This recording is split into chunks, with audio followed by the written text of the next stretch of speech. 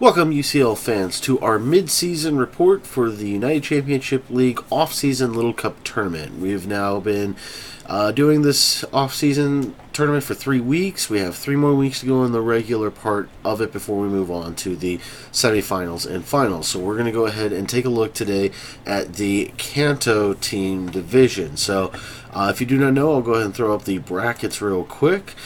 These are the 4 different divisions that are in the tournament, and we're going to be covering the Kanto Division, so that's the South Beach Slow Kings, Tulsa Talon Flames, Bristol City Blazekins, and of course the Rio Marills. So we're going to go ahead and pull up the entire team listings. They also have their rank, the differential score that I give them, which of course has no variant on what teams will make it into the playoffs, as well as of course the Pokemon with how many Pokemon they have defeated, how many times they have been defeated, and how many matches they have been brought to. So, starting off with the South Beach Slow Kings, the only team in this division that has not brought their team captain to battle yet, with their best mons being probably Golett with 3 knockouts so far, not even been knocked out, as well as Pawniard has had 4 knockouts but has been knocked out twice. Darumaka also up there with 4 knockouts, only being knocked out 1 time, and Pawniard and Darumaka, of course, being brought to all 3 battles thus far. So far, South Beach Slow Kings, as you can see, are 2-1. So they still have a pretty decent chance at making it into it. Some interesting ones that have not yet come to battle with them, of course, being aside from Charmander, has also been the Chespin. So kind of interesting to see that dynamic. One of the more interesting ones that actually has been brought to battle, that during the draft they said would never be brought, was actually the Feebas. Feebas, of course, being brought twice now, doing pretty decently with him. So it'll be interesting to see if he brings it again throughout the rest of the season, or if it only tried it out for the twice and then gave it up for that. Moving on, we have the Tulsa Talon Flames, currently 1-2, with their team captain Slowpoke being 2-2 out of 3 battles so far. Their best Pokemon altogether, though, has been Timber. Has been brought to all 3 matches. Actually is averaging 2 kills a match so far. He's only been knocked out twice, because of course the Timber did get, I think it was either a 4-0 or a 5-0 sweep in week 2. After getting up a couple bulk ups and then being guts boosted with paralysis as well. So, very interesting. Of course, their only victory came from the Bristol City Blazekins. Been trying to attempt doing a Trick Room team, which has worked really well against the Bristol City Blazekins. Didn't bring it against the Slow Kings. Was going to attempt to use it against the Rio Marills, but never actually had a chance to set up the Trick Room itself. So it'll be interesting to see. Of course, some Pokemon that have not yet actually shown up in battle have been Tyrogue, which they actually did their own draft analysis video and said that Tyrogue will be the resident bench warmer, so probably will never see battle throughout this entire season. The Riolu, which they've opted to not bring in place of Timber, because of course Timber does have the better ability with Guts, and then Cubchoo as well. Cubchoo could potentially also be a bench warmer in this case, just because it doesn't have the greatest move pool at the start, so we'll kind of see what ends up happening. You can definitely expect to see a lot of Timber. I mean, if you kind of look, brings the same 4 mons every week with Slowpoke, Ponyta, Timber, and Coughing, and then just kind of mixes it up with the remainder of the team for it. So it'll be kind of interesting to see how they play out the rest. Maybe one time they will bring the Riolu, maybe the Cubchoo one time, but we'll have to wait and see.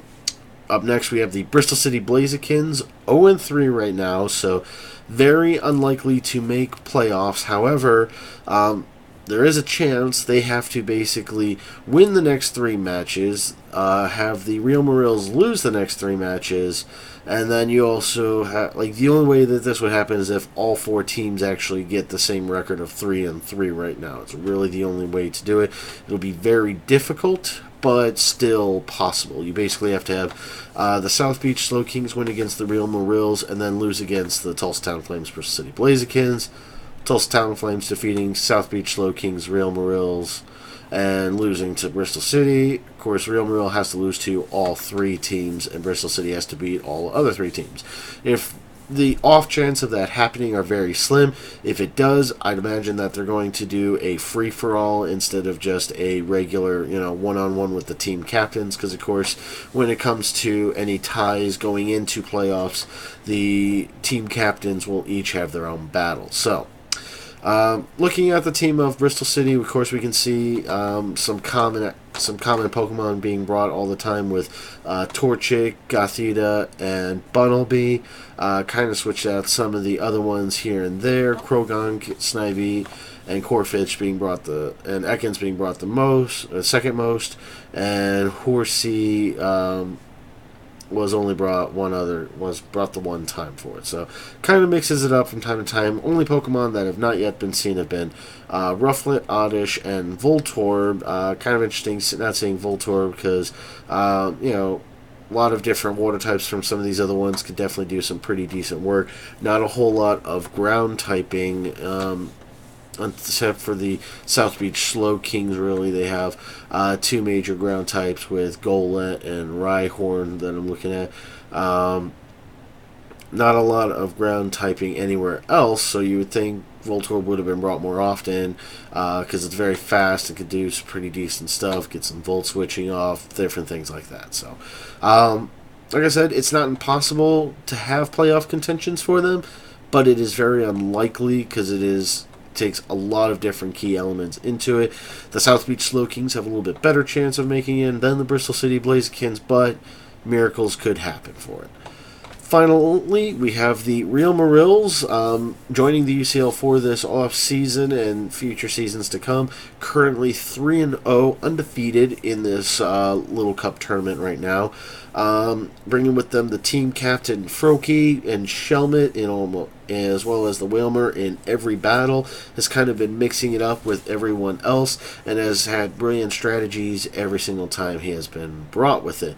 Of course, the biggest winning so far has been the Smoochum, who actually completely swept the Bristol City Blazekins in their first meeting when Smoochum was the last Pokemon standing on the Real Marills side, and then swept all 5 of the Bristol City Blazekins Pokemon that were remaining.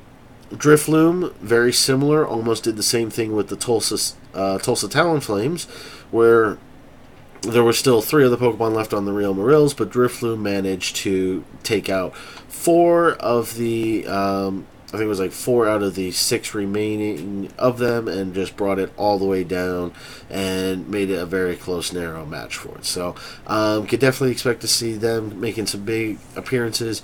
Pumpkaboo, not really been brought much, hasn't done anything. Pancham was brought a couple times, got a couple knockouts as well.